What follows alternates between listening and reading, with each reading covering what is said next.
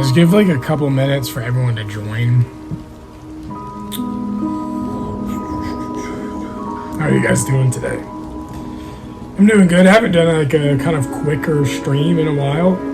I'm not even planning to stream for an hour. I just, you guys wanted to ask me just a couple questions and things, and that's fine, so I can answer them. I could probably stream for like 30-something minutes, but that's probably about it.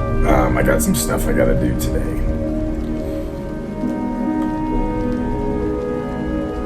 There's almost 1,000 people. It's so uncomfortable. You guys don't make me uncomfortable. It's just uncomfortable that I'm sitting here and you guys can like see my face. And there's 1,000 of you or more. Yeah, I recently uploaded part 3 of Crothole 2. So, guys, you can go check that out. And I should have another music ambiance thing going up like sometime today or tonight. I like doing those. They're like really relaxing to listen to. What's up, Felicia? Welcome back. Is my cheeks hairy? Well, kind of. My beard here is starting to kind of grow in a bit. But I usually just shave my sides because it's not like a full beard, so it just looks like bristles of a bush. Or like peachy looking, so it's weird. So I usually just keep the Van Dyke 17th century style beard. A lot of people have joined. Lord above, you guys are typing quicker. So there's like some topics you guys want me to talk about. Okay. I'll answer because I know you guys got questions about a few of my different novels, which is fine. Okay, your name is something. It's in a different language, so I can't read it. I am sorry. It looks like Chinese. Sorry. Mustang. Question of the Captain and the Naturalist. Okie dokie. Are you happy with the Captain and the Naturalist when you finished writing it and it went through editing and it was finally completed? Did you feel accomplished after writing it? What was your feelings on the book? That's a good question. I think I've been asked this before. Most of my questions are about Bloodless or the Captain and the Naturalist. It's my most popular book, and Hugo the BloodLess is my most anticipated. So I get it. I did feel accomplished when I completed it. It was just such a hard thing to do because it was a true story. So I had to make sure everything was accountable and accurate. Because every character in there was a real person. So I had to kind of like look into everyone's lives that Fitzroy came across. Oh my god, there's so many people. And I just, even if there were minor characters in the book, I just still wanted to give them a little personality, a little voice, a little something. So yeah, I felt both accomplished and happy with it. I am happy with how it turned out. There is nothing that I would go back and change. I think I wrote it perfectly for what kind of story it told. It is definitely like, I like all my books, but definitely that one I am the most proud of. In a historical, realistic book. Not my entire books that I've written, but for a historical novel, it is the one that I am most proud of because of how I weaved it. I'm not trying to be braggy or anything, but just how I wrote it. I mean, it literally, to me, in a realistic sense, is the most beautiful book I've ever written because of the content and subject matter and the darker silver lining that it portrays. But I was sad.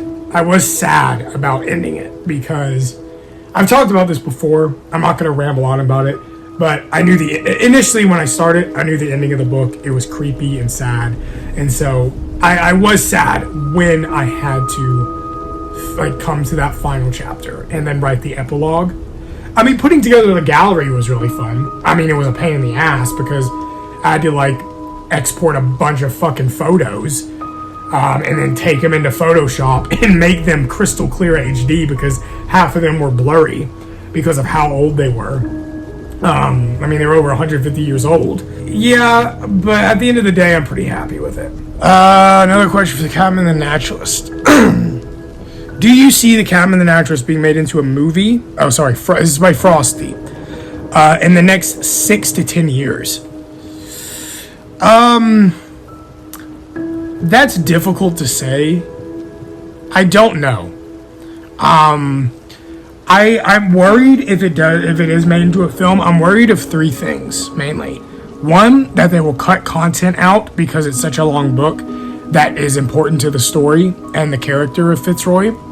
I'm worried that they won't cast people correctly, and it would like ruin the vision of these characters that I have, of what these people could have lived like in that time. And I'm worried that it will get a lot of problems because of how it portrays Charles Darwin and Darwinism. I am very worried about that. Do I believe it could be made into a movie? Yes.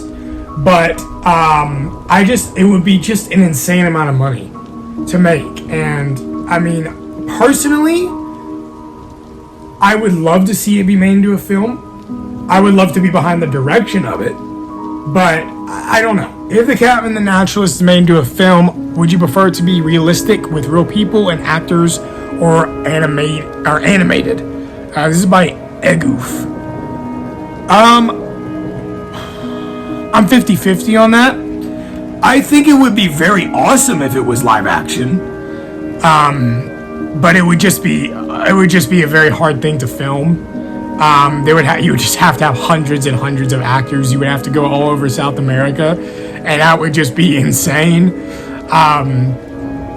I think I would prefer it like live animation, where it's like mocapped with voice acting, because then you could do so much more with it, and you could render these characters from their paintings. Even though that would be kind of creepy, it would still look very real. So I think, yeah, probably animation. I have a question about the order. Are there people in the order that you based off you knew in real life? This is from... Who is this from? Marcy. Yes. There's actually a handful of people, not many. I based Mallory Blackwood off myself. He doesn't obviously look a lot like me, but he has the same style of beard that I have and my length of hair. Just different colors. It's black instead of brown. And his eyes are blue instead of hazel. But yes, I based Mallory and his personality off myself. So Arthur is based off my dad and the relationship that I had with my father growing up. And kind of like that, like, intense, tough love. I based the governor, Van de Velde, off this asshole I knew in high school. I will actually not give out his name, because I don't want you guys to find him on social media and pester him about it. But it was kind of like this overweight dick who just like bullied people in my class. And so I just kind of he reminded me of a toad. So I just kind of based it off kind of his looks. A bully, I didn't actually base anybody off. I just kind of made him up out of thin air. Just with an amalgamation of different personalities, like very wise, very stoic. Thomas Blackwood, I based off Henry Morgan. He has a very like hard set, broody personality, but he's also very intelligent. I based William off an actual sociopath from the 1700s. His name is Henry Wretch. He's a real guy. You can look him up. And I based his character off kind of that sociopath serial killer dude. Edwin, I just made up. Dorian, I based off one of my cousins. He was just kind of like a very cheery, like chubby-cheeked looking dude. He had red hair that was very curly looking. And his personality was very like adventurous. So yeah, I based some people in that book off people I knew in real life. One of my favorite books in the Order series is book 5 with Jim. Did you anticipate the series going on for 5 books, or did you originally want to make it shorter or longer? That's a good question. Also, did you have any characters you intended to die earlier on that you decided not to kill off? Yes, that's a good question. I actually wanted to make it longer than 5 books. I wanted to make it like 10, and I wanted to span from the 1600s to the early 1900s with the Blackwoods, but that would have just been the same thing. It would just be the same plot lines, like family drama and revenge, and I just wouldn't know how to carry that type of story for that long. So I decided to kind of trim it down to 5 books. I originally intended to kill off Jim, actually. It was going to be weird. I originally intended to kill Jim at the end of book 5. But then I decided not to because I think that would have just been really weird. And it wouldn't make sense. And I think a lot of people would be mad at me about that. I also intended to kill a bully in book 3, actually. But I didn't end up. I was actually going to have him die in battle alongside Thomas when he's fighting Dorian. But then I decided to reverse that and kind of tease that he was going to die after he got shot by a musket.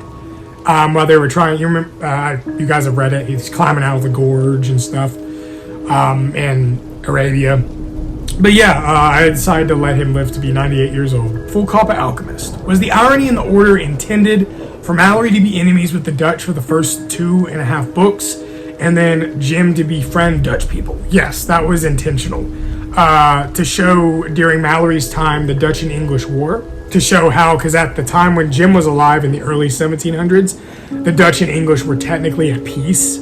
So I wanted to show like enemy becomes friend lover type thing. Nix, did you originally want Mallory's death to be so tragic? Yes. Even from writing the first book, I already had how Mallory was gonna die. I already had planned that his legs are going to get blown off and he was going to be incapacitated for the remainder of his life until he dies. So yes, I intended it to be tragic because it's more realistic to the time period. In the 1600s, people went through a lot of amalgamations and tragic deaths and diseases. So it was just, I felt like it would hit home more. It would kind of pluck your heartstrings. From what we know, we were calling you the historicalist. Because your historical books are strangely accurate even to other books you've written. So my question is about the order. Okay. I actually have 3 questions about the order.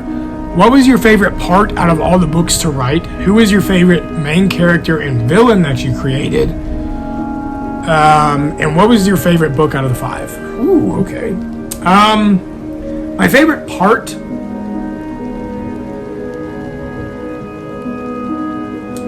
was probably depicting the start of the relationship between Mallory and his sons. I think that was my favorite out of it all. It was just really fun to kind of have good chemistry between the father and the 4 sons. Well, the 3 sons, not William. My favorite character is Mallory. And my favorite book that I wrote out of the 5 is book 1. Always will be book 1. I am on the order book 3, and I absolutely love Thomas and Dorian's companionship, and it's so cute that they whistle Spanish ladies to each other for comfort. Thank you. It's a little nifty idea I thought of myself. Would you ever change a plot line in the story at all, or are you happy with it? Nope, I'm completely happy with it. The carriage escape scene in book 1 when Mallory and his gang and crew are escaping the mansion in the Dutch colony of Cape of Good Hope. Did you take inspiration from any action sequences in movies like Pirates of the Caribbean, or did you make that up entirely? No, I didn't really take inspiration. I just kind of wrote what I thought would look cool in an action sequence. Question about future books. Why do you refuse to write modern time periods? 1920s or 30s and beyond? Simple question. I do not care. I don't like modern time periods. I think they're boring to me. Question about future books by Arcanist. Hello, Arcanist. I had coffee this morning and it was delicious. I did too. What is the future book you haven't written yet that you're most excited to write? Ooh, there's a buttload of books I'm gonna write, but probably a couple that I'm looking forward to.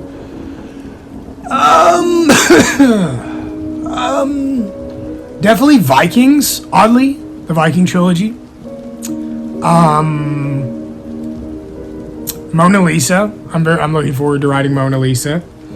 I'm looking forward to writing the another fantasy book after Bloodless with the Ayer Mooncalf guy about the magical cook kind of dude. I'm excited to write about the Crusades and just different things. There is a book idea I had that I wanted to write about like this house or this library that kind of like has its own personality and shifts and moves and has all these cryptic runic corridors and stuff. It would be like a single book. It would be like maybe 400 or 500 pages, but it would just be like fantastical, magical in a way, but like it would just be really weird and gothic.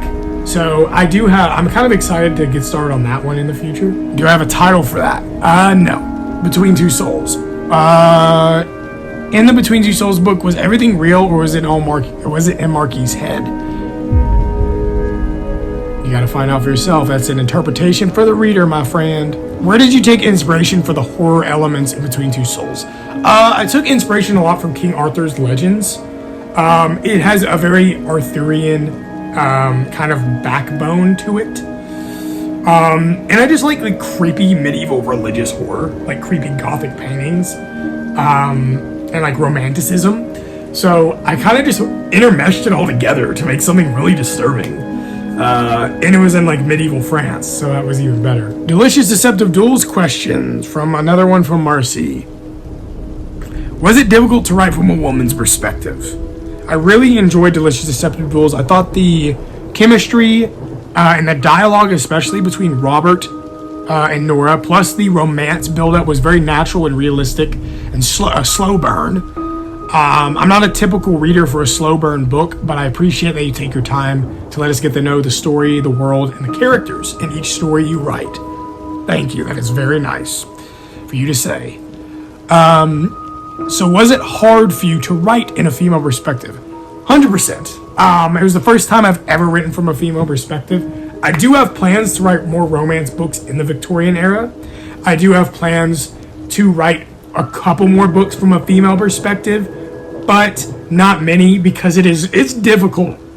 It's difficult because I'm not a woman. I'm a dude, so like I don't know every little knick-knack. But yeah, it was very difficult, but it was also rewarding, and I was happy how it turned out. Lazy621, Jack, when is Hugo the BloodLess coming out? Okay, a quick side note here before I answer a couple more questions, and then I'm going to end the stream. Laz, I don't know if you're new here, okay? But listen, I know you guys can see and hear me. I would really appreciate it if you guys quit bugging me about the release of Hugo the BloodLess. I've seen a lot of messages on here. I've seen a lot of like random texts of when is it releasing. It is not releasing this year. How do you think that makes me feel as the author trying to write this book and put it out there?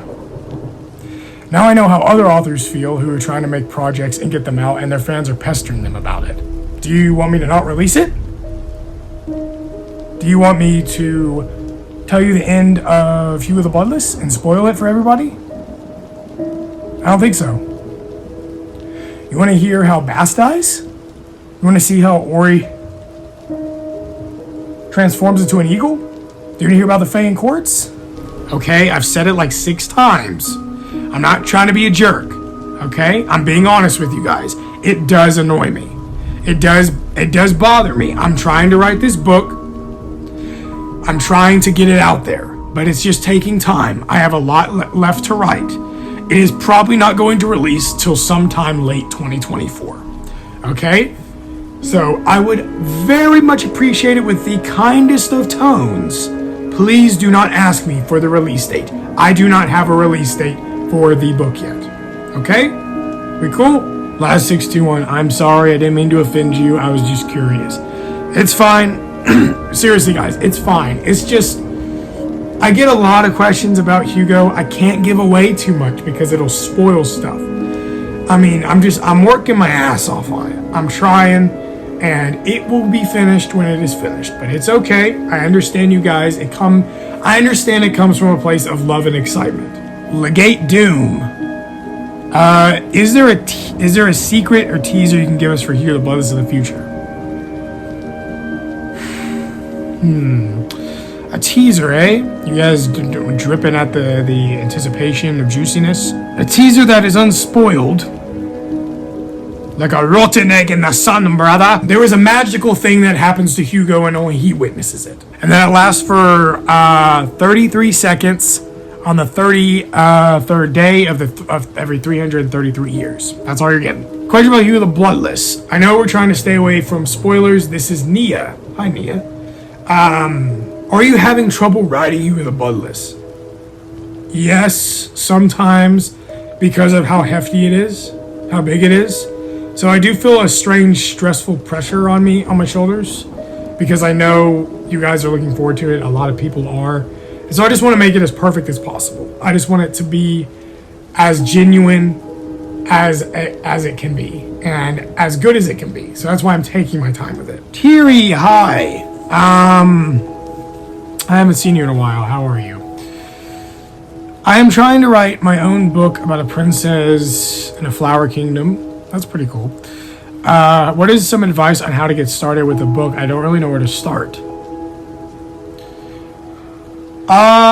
You really just want to focus on main plots. Main pinpoints, pinpricks. So just like, you need to figure out the basics. Who your character's going to be. Are they a boy or a girl? What is their name? Come up with a backstory for them. What's their age? If they're a different race in a fantasy world, what race do you want them to be? You can make it up. It can be anything you want, Terry. If they have magic, what kind of magic they have. Figure out where it's set, if it's in a real place or a mystical place. Figure out how you want the story to go, where you want it to start, the setting, all that kind of stuff. So kind of write those down in a journal. That's what I do when I'm figuring out a new book and a new story to write. And that really helps me a lot. And then usually don't just try to go and write a buttload of stuff. Like try to be like, oh, I gotta write like 6 pages in an hour or something. Like even if you only write like a paragraph a day, like, hey, you're getting somewhere, you're making progress. So just take your time with it. There's no rush. So that's my advice for starting something out. Thank you, Jack. That really helped and meant a lot to me. Your writing inspires me to write. Thank you. Taya Addy. Hi, Taya Addy. I know that people are making replicas of Cesara and replicas of vintage and Tyrmit currency. Regarding claims to your website, Jack Buie's books, in the future, would you ever sell physical products on your website? I do want to. I do want to sell merch eventually. I just don't have any. And it's expensive because I have to pay people to make shirts and mugs and replicas of coins and swords and capes and stuff. I do eventually, but probably not even this year. Do you think making this website is the best decision you've made for selling books digitally? 100%. I am very happy with the website. It took me 2 weeks to get up, but it was so worth it, the tediousness of making it. And just, it's so much easier to get digital copies because we're in the 21st century. We're in the age of technology. So it's easier to just buy something online and download a PDF and read the book on your computer or your phone rather than getting on Amazon a physical copy and then waiting 2 weeks to get the package. You know what I mean? Because physical copies are a lot more expensive to make because I don't have to pay anything to upload them to my website. When a book's done and I feel like it is ready to sell, I just upload it and then put a price on it. It's so nice. My GF was the one who brought that to my attention in the past and basically introduced me to PayHip. And so it was the best thing she's ever done. Yeah, it's made selling my projects a lot easier, and it's made me a little bit more known. Hence you guys. Very proud of how it looks. It's very easy to access and add and take off things. There's a lot of cool settings on PayHip. PayHip is definitely the best website designer I've ever seen in my life. It is so cool. I'll leave a link in the description when this goes up on my YouTube channel, so you guys can maybe make your own website if you guys want, sell stuff. Hugo is hot. Thomas Blackwood is hot. Maui Blackwood is the 17th century cravat, cape, feathered hat, sexiest man alive. We get it, Jack. We get it. They're sexy. Yeah, you guys are the one that are making them sexy. What does the new bundle entail that you released almost a week ago? It's a surprise. You guys know I told you, unless you're a new person here, it basically contains a bunch of Hugo the BloodLess stuff. Cookbook, the Viestra, the history of the Tyrmit world, the Cherrywood short story, the Wicker Link game whenever I decide to make it. It's still going to be a while before all this is released, of course. It's a big thing, and there's going to be a contest, a competition where you can get 60% off on all the products. Are you worried once Hugo the BloodLess releases how much it might blow up? Are you scared? Yeah, I know it's my most anticipated book because of what it's about and the intensity of the Tiermint world and how long it is and just the epicness of it. I'm just going to be blunt about it. I am scared in a way because it's going to explode. I just know it is because of you guys and probably because of other people. That's not a bad thing. I'm not saying that as a bad thing, but I am nervous about it because it's gonna surpass a lot of stuff, and it's a lot to take in. Like, I'm not saying this as to be braggy, but like I could gain a lot of wealth from that, and I just wouldn't know what to do because I've never had that in my life before. So like, yes, I am very overwhelmed on how it's going to do because I am very aware. I mean, I'm having fan art of it. I'm having some songs being made of it, and the book's not even finished. Like, that's insane to me. And it's gonna be a lot. And so, yeah, I'm nervous about it. Last question. I gotta go, guys. By Gia. What is your take on violence in books? Especially in fantasy and child violence, since the Tarbean section in Hugo the BloodLess was extremely heartbreaking to read and very hard and rough to read because it was basically and technically child violence against Hugo, against the people in the Tar City. So what is your take on it? Like, what is your question, though? Like, my take? Like, just my opinion? Do you think it's gratuitous or it's necessary? I mean, violence in books, I've talked about this before, but I think it's necessary in a way if it serves the story's purpose. Don't have it there for gratuitous manner just because you think it's cool and that it serves as, oh, it's going to be cool to have a bunch of blood and people dying and getting shot and stabbed by swords and guns and stuff. Like, if you're just going into a story thinking like that, then it's stupid. Like, no one's going to care. But if it serves the purpose of the story, if it propels the character's growth, then yes, I think it's necessary. But there's also levels of violence because you have to take into account what kind of book and what age gap it is. Like, is it a children's book? Is it a teen book or an adult book? Obviously, most of my books are adult. I have thought about writing a children's book, and I probably will in the future. Not anytime soon, but in the future. I do think it's necessary because I think it makes the story more uncomfortable and realistic in a bloody way.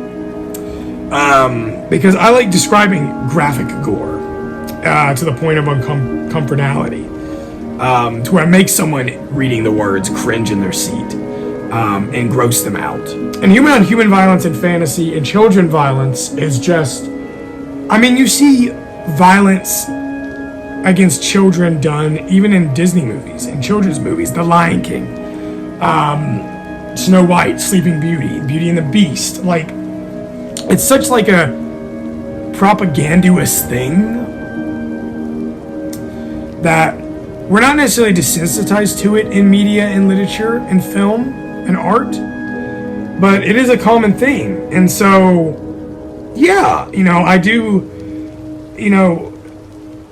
I think it's necessary in some ways to depict abuse in that kind of way because it makes it more real and more emotional, makes you relate and connect with that character more often. I mean, the Tarbean section was hard for me to write because of the child violence in it against the main character, against Hugo, because it was just sad. It was just very sad to see him homeless and penniless and living in the cold snow alone on the streets and getting his shit kicked in by a bunch of guards.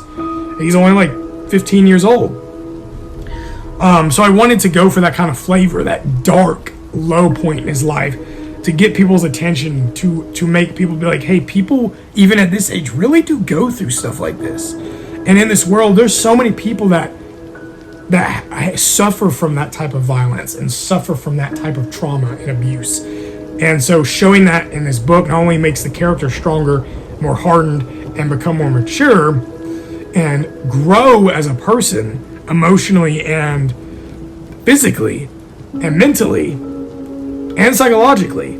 But it also just makes people aware that this stuff happens in the real world. This stuff happens in books and stories. It's okay to tell stuff like that. It's not a bad thing. So yeah, I do think it's necessary if it serves your story. Thank you guys so much. I have to take off because I have to do some stuff. I gotta clean up some shit, and I'm hungry and I want to eat and get a drink.